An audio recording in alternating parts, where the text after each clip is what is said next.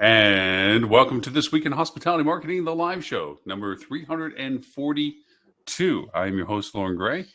And I had a whole other project that I was going to lay out today for our live show. And basically, usurped and put on a shelf because our world, as I've titled today's show, has changed yet again. We're certainly not going to politicize or talk about world politics and governments and what have you, but we are going to talk about the ramifications and our need for responding in our business world to the circumstances that are unfolding in front of us on a daily basis in the news. As we are all aware of, political turmoil has erupted again, and there has been some leniencies. Got to look up that word as to the impact from a global perspective. We've seen in the news a variety of accounts of what's going on, especially when it comes to Europe and the diversification that it's creating, the division that it's creating in the world as we know it today. But really, to focus, that's for other people to pontificate about and talk about. But today's show is a lot about what does it do to us as an industry, as a business, our business in particular, our uniqueness of our business, and what ramifications should we consider, and what should we do to adjust for ourselves, that dynamic flexibility that we should have in relationship to our strategies and our business operations. In no small order, there is nobody that is not affected by this. It creates ripple effects, whether you call it the chaos theory or impact analysis or what have you. Truly, the fluttering of a butterfly's wings, for those who are familiar with the chaos theory, do create or at least influence the hurricane on the other side of the world. We do know that there's going to be certain things that are going to be happening that we need to adjust for. First off, let me put the premise of what today's show is going to be directed towards, and that is, what do we do about the current changing landscape, the impacts to us, and how do we adjust for things? We're going to talk about defining targeted demographics. And we're going to talk about the realizations that we need to compensate for. Now, for all of you that have followed the show faithfully, thank you so very much. We've gone through a lot of discussions, from creating dynamic ads to flexible marketing campaigns, how to evaluate performance in campaigns to adjust very quickly as to the success ratios of what we do, or the results of it, the return on investments, the value proposition, the metrics, the KPI. We've had really a fun, great, and I think relatively in-depth discussions about this. And I say relatively in-depth because I get paid to do those things. So the show is more a reflection of what the value of it is rather than the necessary semantics of getting it done. And today is no exception. The reality is this. This put in this context, I wasn't planning on going to the Ukraine. Now, or even the imminent future. Not that I wouldn't find it very interesting. I've actually watched lots of videos created about tourism in the Ukraine, and there's some, as with places all around the world, beautiful and stunning places to go to. It isn't about the Ukraine and its impact on hospitality from the perspective of it being a destination and its relevancy to people's choices. It's the impact of what's happening to it, to all the other things that it creates an effect for.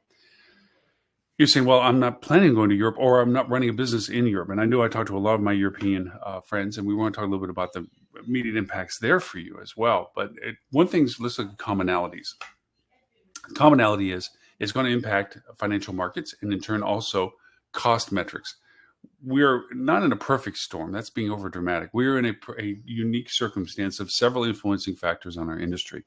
We know that there's supply chain logistics that are still broken. There is a polarization of world economies. So supply sources for things are not the same. There's a scaling up of some other things, which means business growth. And that we answer as a hospitality industry in servicing that with our L&R rates and our negotiated contracts with businesses and corporate travel and what have you, which we've been so desperate in trying to get back. It changes and impacts those things because as countries begin to realign their internal capabilities, that means that there are factories that are coming back alive or factories that are being built, manufacturing, and those things just don't spring up overnight. People have to do research and development, and there has to be a lot of back and forth travel requirements of people that are engaged in that decision process. And we as hoteliers and as restaurateurs and all hospitality need to look at how that affects our demand to market. Uniquely, a lot of our markets that were relatively dormant um, might come back to life because they offer an opportunity of development that would be affordable development for companies that are looking to find a place that says, "Wow, where can we find affordable manufacturing space?" And all of a sudden, your quiet little town or area that you thought was on the decline or not as front and center now has a different value proposition. So there's those long-term larger impacts that we're seeing through the economies, but there's also eminently short-term things that are happening. And that is gas is going up. And when you add that to other dynamics, as in the cost of living is going up, inflation, and when you add to the dynamics the persistent in the news discussion about rents, the cost of housing, buying a house, that they're at all record highs, the percentage growth of rent. I mean, firsthand, me here in Southwest Florida, the growth of rentals in here in the past, in the sense of cost of rentals, up 30% in some markets. And there's horror stories worse than that. But for it to be an average of 30%, that means there has to be a lot higher and there has to be some lower. But in all average, there's that. So that's a pretty amazing substantive growth of cost to people. What happens, as we know, is that those impacts on people's finances determine their leisure time, their distance to leisure time, their time spent on leisure time. It changes their perspective of that. And then in travel, that cost factor is then also conveyed on means of travel, airlines, fuel costs, the cost of labor. As we have seen in the news, quite honestly, for many months now, we've referred to as the Great Resignation, or what have you. We have a lot of people that are career shifting. They're not staying with their jobs that they had that were either taken away from them due to the pandemic and or that they've decided not to go back to, even though they're now available. Hospitality, us, we've had some very lively discussions and topics about that on our labor forces as well. So you have people that are working, and let's just look at the reality of life. If you start a new job, you're not most likely to take an immediate vacation. So a lot of people that are going back into the workforce right now, logistically, are not looking at immediate vacations. They're looking at kind of a delayed gratification. They have to get settled into their new job before they can begin to take a vacation to that. Plus, when you add the extra expenses of what's going on with inflation, fuel, cost of living, places to live, and so forth, the likelihood of having the financial security to travel, even if there was no stress or worry about it, has been exacerbated. Now, when you add the political instability issues, now you've changed it to the interest in travel. Like, do I really want to go do that? And then you add the little overlay of pandemic, which is like, do I really want to get caught somewhere else where it bursts out and spreads out? And now I'm in an area that I now have to go through quarantining and or I get stuck if you're traveling abroad in a country that has different border requirements. So a lot of that uncertainty principle, and we've had stories we've talked about where people, the logistics of them having to organize their travel plans and the things they had to go through. Now we see things that are changing in the sense that reduction of restrictions and so forth, whether we agree with them being too soon or too late is not the point. The fact of it is it's a changing landscape. These things are affecting it. So I've laid out all the variables to a degree of the influencing factors of travel. The reality is it's going to impact our demand to our hotels, our frequency of our restaurant usages, and the value of what we can charge for. Because we also, as an industry, as a business operator, have the same influencing factors associated with our cost of operations. Our labor cost has gone up because of the need to increase what we used to pay historically. We either underpaid what we should have paid, or we yielded too much in other ways and didn't put it into labor. Whatever it is, that cost is going up. Our cost of goods is going up. Any sort of financing requirements are going up. We know that interest rates are going up as they try to curb the inflationary aspect of our currencies. We have the cost of operations for heating oil and so forth for those that are in the markets that need that kind of fuel has gone up. And so we have to say, well, where are we going to make that money from? And there's only two things that happen with this. It reduces our margins, specifically profitability, or might exceed them, which creates a negative balance sheet. Or we raise our costs to the customers that are coming to us, which means we're exacerbating the very problem that's creating the problem for us. So now we're having guests that are facing higher rates by us, higher fuel costs to get to us, regardless of the mode of transportation, higher cost of commodities for them to travel, the food, the restaurants, and everything else that's dealing with it, and their own personal costs of cost of living before they even take the opportunity to travel. So it's not a gloom and doom, but these are just the realities of it. We have to be flexible and adaptive. So I promise you that we go through solution processes with this. So here, that's just, and I'm sure there's more. I mean, I'm guaranteed there's more influencing factors than what I'm mentioning, but these are the influencing factors on what we're doing. So here you are, you're in your exec group, and you're discussing modalities. You're looking at revenue yield, you're looking at occupancies upcoming, you're looking at your ADRs, you're looking at your comp sets, you're looking at the lay of your land financially. Okay, what rates are we getting? What's our demand to market for this? What's driving demand to market? Are event-driven, business cycle, weather, groups, consortia? I mean, if anything, I was going to mention that 2022 is the year of the reunion. In all honesty, if you have any history with any organizations from your college or high school or family or anything like that, you find that 2022 has been kind of a burgeoning year for we should get together. Kind of that, wow, it's been a few years, and the past few years have reminded us how we need to be connected more. Let's get a reunion. So, there's those bright spots. It was like people are willing to do that. Like, wow, I haven't seen these people next years. I want to go over and see them. So your exec committee, you're sitting there, you're trying to decide what you're going to do. You have your P&L, and you also have your operational ledger as to what you're doing. Your book work, and you're seeing your costs go up, and you're having to make decisions of deferral of, we don't go for the new furniture right now. We don't do the FF&E improvements. Our capital expense margin that we allotted ourselves, we're holding for now. We're not going to spend it off. We're not going to bleed it off, but we're not going to exercise it right now. And you make those choices. Then it's like, okay, our ADR and our occupancy demand, we are at market, meaning we're getting 100% of fair share, but it's because we've had to adjust our rate because the demand has been tapering off, perhaps, or demand is high and we're able to yield on ADR. But the value of knowing who's coming in has turned critically important. The demography of who we're getting and why they're traveling is very important to understand. Now, we have other other convalescing factors like privacy issues and privacy requirements, and a high focus, as duly needed, on our individual security as to our data that's being used and what it's being used for. We have, the CAN-SPAM laws, but that started it, and then the GDPR and CCPA and everything else that is about how do we mitigate the data that we collect for our guests, from our guests, and what do we use it for and who has access to it. And in that way, we have to make sure that we don't exploit and push too hard our usages of the permissions of the data that we have. We've mentioned many times on the show the realization that the data is not ours. It's ours to use by permission. That it's by the blessing and the permission of the person that we can understand the data from them as to their demographics. So from a marketing perspective, we have to first break it down into its components. We have to ask the 5 questions: who, what, where, when, how, and what. So who is the big question? Who is traveling?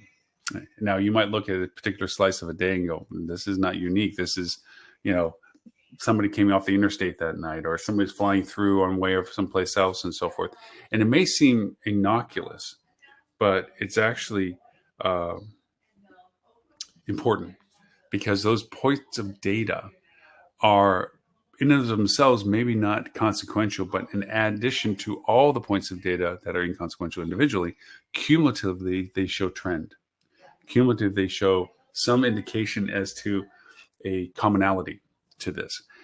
And we're not talking about massive rocket science here. We're not talking about huge softwares and deep analytics and everything else. We're talking about sometimes face value, common sense, looking at it. Wow, look at, there's a lot of people coming from this geographic area. By just looking at the geographic area of your arrivals or your historicals. Now, as with any dynamic change in our world, such as what we've experienced this week, there's a bit of a reset as to what is considered default baseline. Prior to the event would be baseline. During the transition would be the variable, and post transition would be the modified. So you have what was being done for you for business prior to the event, to this week's events, let's say. Then you have what happened during this event. Did you get cancellations? Did you get a pause, a decline in demand? Did you get a shift in demand? Did you get a change in people coming in? Source of bookings? Did you get a push for bookings? And I can explain a little bit of that as well. And then now, starting next week, as this begins to become a part of our daily lives, what is the trend of those things? So I'd say we have to first identify the things that are most important to us. So knowing that we're in a point of potential transition, we don't know it's for certain. There are going to be impacts to all of this, gas prices being the most eminent of our discussions when it comes to variables, is, okay, let's watch who we're getting in and who we're losing that was planning on coming in. Just being aware of watching is a huge first step. And to do that well, you have to create points of information that you find relevant to understanding this. Maybe it's the geography that they're traveling from. Maybe it's the price they're willing to pay. Maybe it's the composition of the people coming. Is it families? Is it individual travel? Purpose of travel. Now, obviously, you're not asking every person at their front desk, why are you here? It'd be fun, and sometimes conversationally it's great, but you're not going to get well, that's not true. You would have to get a very large sample size of all of your arrivals to have some sense of what the general consensus of your arrivals was for. You have to have what's called statistical relevance. Usually that's above 85%. If you get, 85% for validation. You can have sample sizes that are indicative if you have a proper number of numbers. So if you have 1,000 people that are staying with you and you interviewed 100 people, you could imply with a 10% sample what the 1,000 people did if you randomize your sample set. If you just didn't pick every blonde-haired tall dude that walked in, but you instead asked everybody in a variety of ways the same question, you sample sized 100 people compared to the 1,000 that eventually came to your hotel, that sample impact would be relevant to the cause. If you skewed it by being identified that tall blonde-haired people you're talking to, then you have to refer to the fact that of the 100 tall blonde-haired people that walked in, they answered this question. So all the other blonde-haired people that we didn't talk to are probably 85% or more confident that they were doing the same thing. That's an inference, but you have to make sure you segment out that data. Sorry, went down a tangent rabbit hole for that. So with the idea that you are looking at now, the people that are coming into your market and the demographics of them, and you isolate out the points of data that you find valuable and relevant, the geography in which they're coming from, the scale or the type of traveler that they are, independent, family, transient, business-oriented, Smurf business, whatever it is, identifying the segments of the data of the people that are coming in, then you can begin to decide, are they influenced by what you're doing for marketing, or is marketing not talking to them? And that's the first fundamental question you have to have of your marketing strategy. Of the people that I'm seeing, is it because of what I was saying before, what's currently happening now, and am I communicating the information that these people used to having made the purchase decision?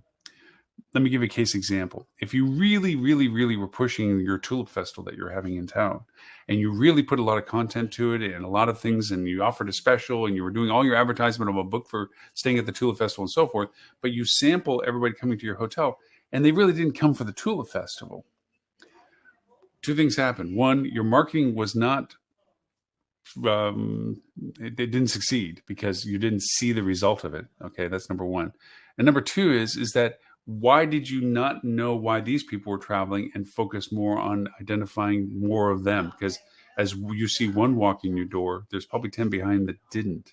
So whenever you find people coming to your hotel that you don't feel relates to your marketing efforts, You have to ask, what did we miss?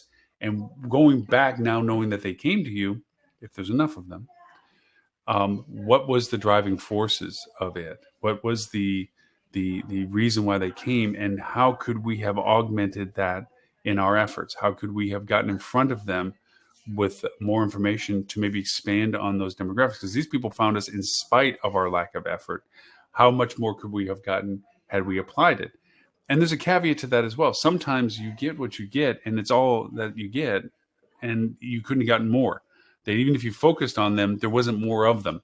You literally got them because you were the best solution for what they were traveling for, and they found you because of that. And it wasn't because you were smart enough to be in front of them and expand on it. You literally were just the fortunate one that benefited from their needs and interests coming to your market. So there is just the fact that you can't always amplify every market segment, but most of the times you can, which is the reason why marketing is so critical to that. So we know gas prices are going up. We know that there's going to be a kind of slight stutter step as to long-term, longer travel plans because uncertainty factors. And that goes to most of my people, friends that are listening to this through the EU. Your influences on travel are going to be much more ever present than the domestic U.S. travel market is, or the Canadian domestic travel market is right now, because your gas prices are already astronomically high. You're already feeling the effects of the dynamics that are happening politically right now, the reduction in fuel availability, the massive cost implications of fuel right now. Fortunately, infrastructure-wise, mass transit is available to you, but that mass transit, with the people that would be popularly exercising, it means that there's a higher demand for it.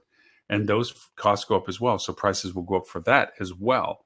Availability of it going, and means of transportation between where you're getting to and where you need to stay create logistics issues. And so there is a new dynamic of how you have to present your product. And this goes to us in the States as well, and Canada and APAC. You're going to be feeling the effects as well. All of us globally are going to be feeling these effects. How do I add additional content to what I'm doing to help people know what they need to know to make the decision to stay with us if we're a hotel or dine with us if we're a restaurant? This goes back to some of our earlier conversations of creating authoritative value content on our distribution means. If you're a branded hotel, you have very strong limitations as to what you can put on your website. You have modules of content. That's what you have. And it doesn't always change as frequently as you would like it to change, and it doesn't expand as much as you would like to expand it. There's limitations, quantifications, and clarity as to exactly what they expect you to put into these modules. Putting a wedding module together is fine. Talking about group business coming to your hotel is different. It doesn't fit in that template of a wedding. So that those restrictions for you on the website are very defined. So for that reason, you need to look at what avenues of communication you have. Social is the most lateral move one that you can have. Unfortunately, social is more of a temporary platform. Whatever content you put about events, unless you're repetitively placing it in your news feed and the person is willing to go to your place regularly to see it, you have to pay for that exposure, and you're going to have to make sure there's a frequency of content so that people can go back through the chronological string of data to get the full picture of what you're trying to give in content. It's so much easier to be able to put it on your website. That's the traditional restrictions for social. We now have new channels, and we had some fun conversations with it the week before last. Last week we talked with Eric at Alice at Lassie. The week before that I was talking about, and our podcast we talked a lot about this, about very short intermediate distribution capabilities, the TikToks of the world, the Instagrams of the world, the Snapchats of the world, the YouTube Shorts of the world. Matter of fact, in my last podcast, 341, we great detail about these. To be honest with you, it was a fun discussion. The idea is we are in a very short-term attention span world, and we have very concise pieces of information that we have to put out there. If your limitation of content is you don't have a website to put this on, or it takes so long from inception to creation to implementation, which sometimes happens with third-party agencies, and while the agency doesn't run the website has to go over and get approved. There's 3 people in the chain for approval. It slows it down. You can't just say, here today on Friday, I want this content on my website come Monday. It's great that you can. If that's available to you, highly recommend you evaluate your content based on your demographics, based on your targeting, based on your change in modality, and get that content out there ahead of everybody else. because you will take advantage of being the first to offer that. Case example, our COVID crash kit. When this is just now recent because Canada changed its border rules and so forth, but a lot of people didn't know the logistics of getting to a city in Vancouver where our client was at. And so we took it upon ourselves of what happens if the test is positive and you're stuck, detained, you can't go across the border, and you're at our hotel. And we put all this content together about what our price structure is. How do you guarantee this? What our meal period offerings are, where they come from, any dietary requirements that we can be sensitive to. How do we isolate you? How do we clean your room? How do we get things to you? What do you do? Where do you get tests? Can you get tests? Can they be delivered tests? All this data that you didn't think you needed to know because you were just thinking, I got to take a test. It goes negative. I go on plane and I go fly home. But what if it isn't? That content was massively popular to the point where it was being used by everybody else in the city. I wouldn't say everybody, that's a dramatic statement, but it was used well beyond our hotel's requirements because we took the time to accumulate the data of where are the testing centers? What are the current rules? What are the links to these rules? What is the information you need to know from the airport? What from the airport, from the airlines? Where is the apps that you use? Where do you get the food? How do you get food delivered? There was so much data that people just ripped off and added to theirs. And, we get the link value for it. It was a huge bone for us in that sense that we're in that same circumstance right now. It may not be as dramatic in its implications, but the impact of what's currently happening this week and what will continue to the following weeks, okay, will have an influence on what people's decision processes are. Gas being the most easy to poke at because gas affects everybody from airline ticket cost to trains and diesel bringing you product for your operation itself to the cost of people getting to you, whether they fly or drive. Gas is going to be an influencing factor to that. And it's not whether it's available or not. That's even more dramatic of an impact. Okay. Having been a bitty bitty baby back in the 70s when there was gas lines and no gas to be had, and you ran out of gas, and there was cars on the side of the road that ran out of gas because there was no gas to be had, is a lot more dramatic than we're talking about having to choke and pay for the price of a gallon of gas right now. And it's funny that we think about, oh my gosh, it's going to be over $4 in the United States. In Europe, it is like $11, $12, $13 a gallon in equality spec. So there is levels of tolerance. So knowing that this is impacting us, the sooner we can redefine the content that we need to put in front of our guests to help them through the process.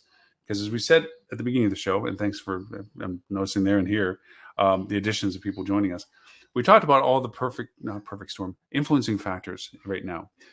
Gas prices being one of them, the instability quotient as to the security of travel, especially abroad, the domestic impact as to the shifting of manufacturing requirements, business development and growth, because as countries like the United States, Canada, but pretty much every country is reevaluating their infrastructure as it comes to self-sustainability of what they need. I bring out the case in point about the silicon chips. Taiwan, China, so forth. They retooled what they were doing based on demand requirements through the pandemic in the early stages. And now there's a shortage of them for the other domestic stuff that they used to build with them. And that shifting of gears and availability, and that the fact that it was international and that it has to be shipped through, and they're sitting in container boats outside of large harbors. We saw all that in the news. That affected so many things in the process, and it still does. So all of these influencing factors are changing the travel dynamic. We talked about high rents. We talked about high hotel home ownerships. We talked about the cost of even availability of getting cars and the overpricing of even used cars. All of those things influence the expendable income that people have, the fact that they are now reemerging and trying new jobs, and their ability to even take vacation time early on in their new job, their willingness to take vacation in their new job. All of these things have influences as to what the dynamic is for upcoming season. Spring break coming up next week for the United States. How is that affecting people's decision processes with gas prices going up? The positive is the pandemic impact right now is at a lower level. A lot of municipalities and governments are releasing a lot of their requirements. Hopefully that'll abate some of the other political things we're seeing, like in Canada, and the possibility of it reflecting in the United States and so forth, of people being publicly and verbally pushing back on the mandates that were enforced for a lot of places. By removing the mandates, I think that kind of takes the punch out of a lot of that conversation, which means influencing in lots of ways other things. Those truckers aren't delivering stuff if they're in protest. And that affects the fact that you're missing furniture for your hotel lobby, or food product to your restaurant service, or linens for your housekeeping systems. There's a whole ripple effect to this. We talked about the chaos effect and stuff. And yes, the butterfly does make the difference for the hurricane on the other side of the world. So all of those things have to be in your exec meeting discussions. All of those things have to be available to be understood from your perspective, your unique individual business perspective. How does this affect your business right now? As you look at your STAR reports, as you look at your SPIDER reports, as you look at your OTA insight reports and so forth, what is it saying to you? The ADR demand, the occupancy demand, the type of business that you're getting in, the location that they're coming from. How does that affect those aspects? And how do you adjust for your reaction to those aspects? Sometimes things like this, as in all diversities and adversities, there are opportunities that come from it that you didn't anticipate. There's also a lot of challenges that come from it that you didn't anticipate. We've said repetitively over the show, the dynamic budgeting, the dynamic advertising, the flexibility to adjust what you're doing very quickly rather than forensically later with, oh, well, we should have changed that 3 weeks ago, but this is the first time we're looking at it. So, we need to make the change now. We should have done it 3 weeks ago. We should have looked at it sooner or more frequently. That's the world you're in right now. That's the response to what we've lived through these past 2 years. It's the response we have to live going forward. The idea of new normal doesn't exist anymore. This is normal. This is not new. This is now. And from that, we have to look at very quantitative things that make impacts on our decisions, both in operations cost and also in marketing spend. The idea of sitting and waiting and get what comes your way is not a good one. All too many companies and businesses go to it's better for us to pool our money and hold on to it than it is to spend it in the hopes of continuing business demands. Batten down the hatches and wait for the weather to pass. You'll always have your hatches battened down. You'll always be prepared for a storm, and you'll never emerge from it. That is something that we saw a lot of companies that did that early on in the pandemic. They just simply petered out. They ran out of resources they were harboring. And by the time they realized they needed to kind of get out in the open and start trying to generate business, they were so antiquated and they had no good tech stack because they allowed it to sit dormant, and they had no staff because they furloughed them, and they had no modality to do it. They ended up just dying, waiting. And that's what happened. A lot of companies that may have started like that and then realized that they had to do something about it, they struggled to get back into alignment to their market and to get the demand that they had from before.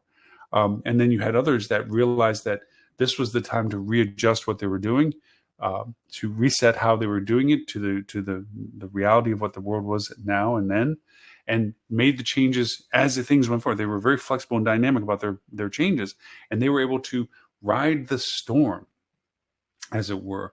And that's what we're saying here. Is that we're in a flux of change, just like I said with the title of the show today. And just like I had a whole nother project of what I was going to do for the show today changed when this happened this week, is the world changed yet again. These impacts are happening to us now. And how long they last is not to be known, but the fact that they exist is the most critical component of our discussion. When you're marketing for these variables right now, you have to assess it on what is known, not on assumption, not on perspective, not on opinion. There's venturing, yes, there's intelligent decision making, and there's risk factors with all of it, and there's uncertainty even on the stuff that you're certain about. But these are all based on quantified confidences. If it's not let's try it, see what happens. This is not necessarily a time unless you have the money to burn to do those kind of decisions. Right now is, what do we know? How do we know it? What do we do with it? And what can we do with it? And they may sound similar in questions, but they're very different in their answers. The first question is, what do we know? You have to ask the right questions. What is it we need to know? We need to know where they're coming from, why they're traveling, and whether there's more of them, or we've got all the ones that were doing that for that reason. If they're coming for the Tulip Fest. That was for the weekend. It's not like you're going to be able to get them back the following week because there's no Tulip Fest the following week. So known entity, happened the way it did, got what we got, done with that. Now we need to know who else is traveling and why. And that goes to some of my earlier conversations to discussing what's changing in your market. Is there, this is your relationship with the Chamber of Commerce, the CVB, the TDC. What do they have in the pipe? What is interested in your market? Are there companies like, is Amazon going to build a warehouse next to you? That's going to change your dynamic a lot. Is there a manufacturing firm that's going to come to the market because of taking over a dormant manufacturing facility that's been in your market that used to be there but isn't? Okay. A lot of hotels were built under the relationship that they existed with companies that may no longer be there.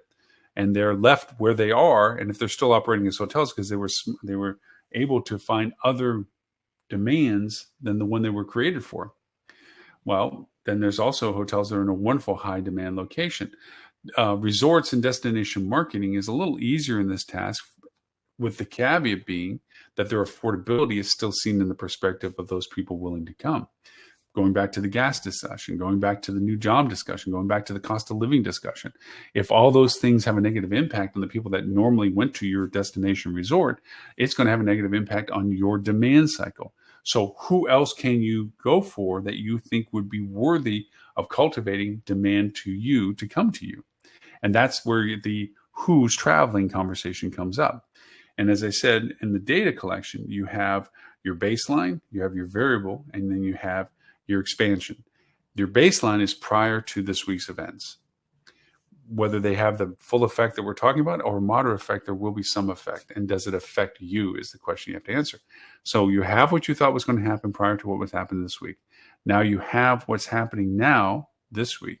Has it changed your future demand, your future ability to push rate, your future events? Are they in question? Is there any concern in your market? Just like what COVID was affecting us. When there was events in markets, did your market wonder whether they were going to have that festival or not? Or whether they were going to have that event or not because of the uncertainty of COVID. Now we have the uncertainty of whether or not there'll be enough attendees, gas costs being one of the reasons. So from that, you have to determine what's the value proposition. If you look at what you think is demand, now it's up to your marketing team to determine how much demand is out there, how much market is out there for that demand. Let me say that correctly. How many people do we think we can influence with the knowledge of why they might travel to our market with what we have as information? And then you assess, do we have enough information already in play that we can refer to it directly? Or do we have to create content and information that is relevant to the people, like I did my COVID crash kit stuff? Then from there, what channels do we do that for based on the criteria of geographies, demographies, cost to get in front of them, channels that they tend to use? Are they more of an email conversation? Are they more of a paid ad conversation, display conversation, short-term social media conversation, long-term media social conversation? What is the channel of discussion that you need to look at as being the most productive for who we've identified? Then you look at the cost to do that. You put that in to your marketing strategy on the platform that you're choosing. Let's just say Facebook is what you're choosing. You put in the ad campaign, so forth, and Facebook, just like Google, if you pick Google, would tell you what the estimated cost is and how much money you should spend to get to the audience size that you've identified. And that identification can be the geography you have said that this region is where I'm wanting to target myself at. It might be the demography of this type of age group and or income and or family status. And the platforms are very much designed to want you to spend money with them. They're going to tell you what they think you need to spend as money and what it's going to cost you for the type of results you're looking for. And this is the time when you don't get to fool yourself. This is the time that you go over and look at what has been our success on this channel before. If you're just doing an ad, but it goes nowhere, you're going to have less of an impact. If you have an ad that drives it to content on your website that expands the conversation topic that was driving them there, then you have a higher conversion value because now you're adding the depth that's necessary to answer the questions so they can get to ZMOD, zero moment of transaction. That goes to whether you're a brand or not branded hotel, whether you have an active or not inactive website, if you have a full website or a partial just brochure website. These are all things you have to be real to yourself with. What do we have as tools? What are our resources? What do we have available to do this with? If you're a fan of the movie The Princess Bride, it was always funny when they were talking to him. It was like, well, we have, as resources, his blade, my strength. And they said, well, if we only had a wheelbarrow, well, what do we do with the wheelbarrow from the albino? You sometimes don't realize the resources you have unless they're putting the context of whether you could use them. So don't just automatically assume that, well, we do this and this is what we have. What else do we have? What is it that makes this a value proposition to us? What can we offer differently? And this goes to some of the intrinsic things like, okay, if you're getting people to try to come to your hotel and your hotel doesn't have full food and beverage operations, if any at all, what relationships do you have to the restaurants nearby to you? Can you offer something that gives them the value proposition of, well, we may not have food services, but yes, of course, there's always delivery services and so forth to a degree, but we have some really cool restaurants around us, and they've offered value propositions that we can offer to you by staying with us. That the pizza place around the corner will give you 10% off, 15% off, 20% off because you're staying with us. The other place around the other corner, same thing. If you can maybe add that into it, and you may not look at the fact, like, well, we can't get those people because we don't have a restaurant to bring them to. They're not just going to want to stay with us. They're going to want to be able to eat when they're with us. Answer the question.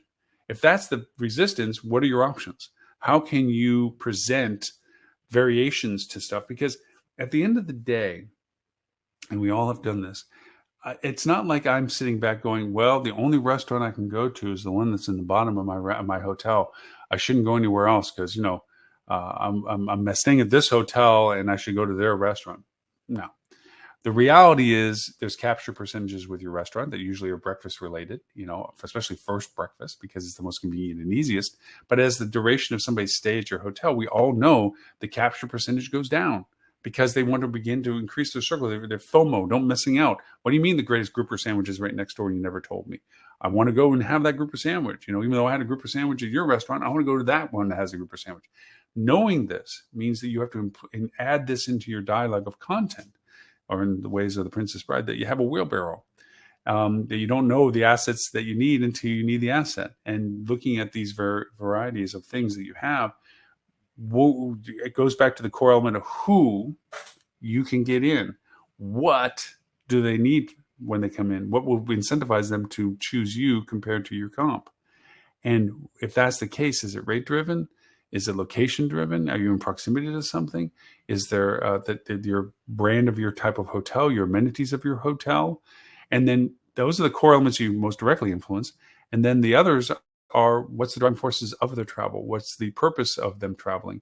And from all of that, you go into then, how can I get the information in front of them? So I know I've kind of beaten the singularity of this conversation to a degree, but I wanted to bring attention via the live show that we need to be adaptive. We've talked about adaptation and flexibility in our budgeting and in our marketing. We have to be adaptive in our perceptions of the altering impacts of our demand to our business. We don't know the full negative and or positive effect, the variables associated with the current circumstances in the world today. We can basically plan for the worst, hope for the best, but the reality of it is fuel prices will be affected. Most likely, they're going to be affected negatively, meaning that the prices will go up. We know that reflects a tremendous amount on the demand of travel because of the cost of travel. We add that to the other known factors as to the cost of living that we're all facing, the commodities that are in shorter supply, the cost of those commodities, and we know that those are all cumulative decision values as to whether a family goes on their summer vacation or their spring break getaway for either as long, or they might scale the hotel from being what they were willing to pay to what now they have to pay, where the cost of fuel has mean that as much as we want to stay at the nicer place, we're going to stay at the more affordable place. It can change your channel shift in your market. All of a sudden, you might find that there's a demand for your type of hotel because of price structure and amenity combinations that were from another place that normally got that business. Like, I can stay at the resort for the much higher price, potentially, or I can stay at your hotel for the lesser price and do more other things, or even get there. There might be a fact of total affordability. It's like, well, we can't stay at that place because we can't afford to go. So all of these things have to be in your discussions for your committee. All of these things have to be asked in front of everyone, because everyone has a vested interest in your individual perspective as a property. Your GM doesn't have a monopoly on the perspective. Your DOS doesn't have a monopoly on the perspective. Your director of marketing doesn't. You should actually ask below your exec level the impact on supervisors, the impact on your team. This is a great opportunity to be inclusive with your team and say, here's our situation. We need people to come in the door. And we believe these are the reasons why they're coming in the door, but we really want to hear what you hear from the guests that are coming in and what you think. Not all of it's useful. A lot of it is incredibly insightful. And other stuff is, well, okay, that's kind of reaffirmational as to what I thought. But the idea that you did it makes people feel invested. They feel like you're listening to them rather than them just doing what they're being told. The value that you can get out of this collaboration of interpretation of what the market is like. Non-politicized. You're not asking for people's political opinion about this or the validation or the causation or anything else. Just what do we as a business do? Who do we get in the door that's willing to stay with us, that pays us the fee amount that we need to operate, to pay basically payroll, salaries, and the cost of operations. So these are the elements of what the world has changed like. Again, nobody put into their budget plans this year the idea that when case of war in another part of the world breaks out, this is what happens. But we have to be adaptive in the change of demand cycles. And that's the part about our budget that we have to be able to be flexible on. That's the part of our strategies that we have to be flexible on. And we have to be very thoughtful about tracking information that can help us make informed decisions rather than general assumptions. Because a bunch of people showed up in your lobby dressed in suits doesn't mean you're getting back your corporate travel. It just means a bunch of people with suits showed up in your lobby that day. Now, if a company is beginning to book persistently rooms and you look in with your CVB and chamber and find out that they are prospecting the possible development of a manufacturing office in your community again, by all means, let's go over and talk to these people and talk to the organization itself and see how can we create a negotiated rate with them so that we become to capture more of that business persistently compared to other competitors they might be testing the waters with, and you just happen to be one of them. So these are the variations I wish to discuss. We will in the podcast today touch this again. I'm going to do on the podcast a little bit more recurring conversation about demographic profiling, being able to create personas, identifying the metrics and data sources of what you should look at to define these ones. We'll be a little more technical about the how-to on that as a response to a little bit of the discussion we had today for the live show.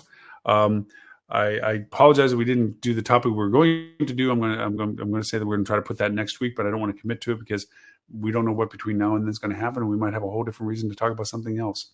So for right now, I thank you all for very much the privilege of your time listening to me today and kind of thinking about just pausing for a moment and thinking about the impact of what's happening right now on our future business cycles and demands and how we might be positively adapting ourselves to making sure that we mitigate the impact on our industry or our business for that as well. So please send me an email, Lauren@hospitalitydigitalmarketing.com, for any feedback or insights. If you want to join the show as a co-host with me, like I said, we just had Ellis last week from Lassie with Ed from Flip2 joining us as well. We're going to continue to regrow our co-hosts with us as we move forward. We used to have lots of talking heads, and we switched that out a little bit. Thank you, Marcy. I appreciate that. We look forward to the fact that we'll have more of those as well. So until next week, show 343, I welcome you to watch us on our TV channel, hospitalitychannel.tv. Also to listen to our podcast. We're on 39 different platforms. Just look for the Hospitality Marketing Podcast. We do that in parallel to our live show here. And until next week, next Friday, 11:30 a.m., my name is Lauren, and I thank you for the privilege of your time. You all have a wonderful day. Thank you now.